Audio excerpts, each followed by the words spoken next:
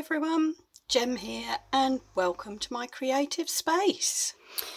Welcome back everybody, and this evening I am going to be starting to look at prompt number 19 on the dephemerember prompt list, and today's prompt is paper bag handle and slow stitching.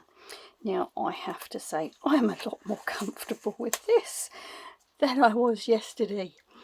Because I suddenly realised that I knew nothing about mini pocket letters, which were yesterday's prompt. But today, slow stitching, that's something I'm reasonably familiar with.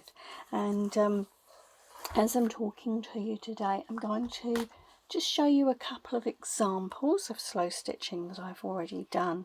And there are numerous different ways of doing slow stitching, but basically at its core, slow stitching is a mindful process with no fixed goal in mind really. It's a way of using up scraps and creating something new. And so this piece, you'll see I had a colour theme of red, and I was using all my bits and pieces. And I used the resulting fabric to cover an altered book which I'm working on. So that's one piece.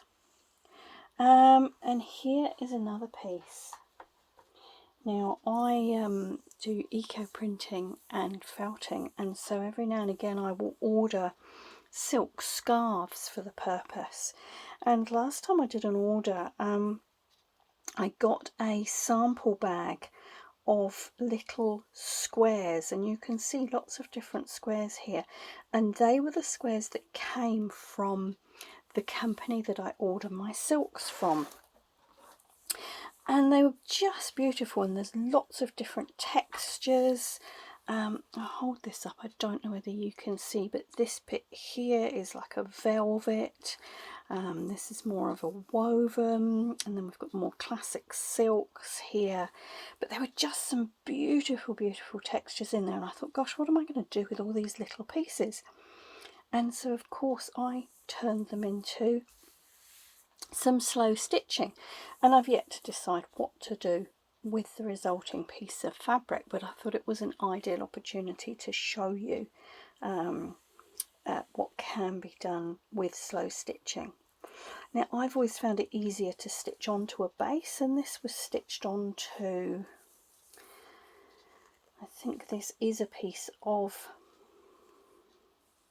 I think it's a piece of silk that I had felted, and I tried to dye it with a natural dye and it went a bit of a funny colour, so I used it up for that, for the base for this. Now one of the reasons that I've done some slow stitching in the past is, as I say, it is really a sort of a mindful meditative practice, and that's something I find really hard. My mind works at 90 miles an hour the whole time, and I cannot sit and do nothing. Even watching television, I have to be doing something with my hands. And so for me to have something like this on the go is really good for me. It helps me to relax and to just to let my mind slow down a little bit. I'm still doing something, but as I say, there's no fixed goal and I'm not following instructions or a pattern. So it is a great way to slow down and to work mindfully. So today I'm going to, I did think about using this piece and I thought no, that's cheating, because the other part of our prompt today is paper bag handles. So here we go. Now fortunately I did an online order from one of our local supermarkets last week, because that means that our shopping comes in paper bags with the paper bag handles, because I don't normally buy or use paper bags because I have reusable ones. But anyway, I have acquired some paper bag handles. Now the interesting thing about these is if you unroll them, you will find they contain lots of pieces of paper. And these ones in particular, when I unrolled a couple today, they have 3 different layers, and I don't know whether you can see this.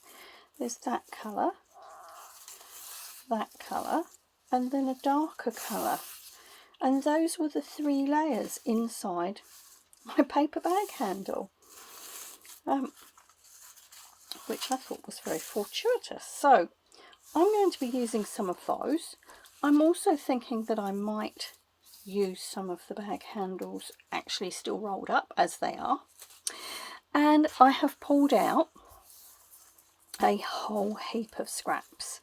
Now, as you can see, I've kept the colour theme fairly neutral to go with the paper bag handles.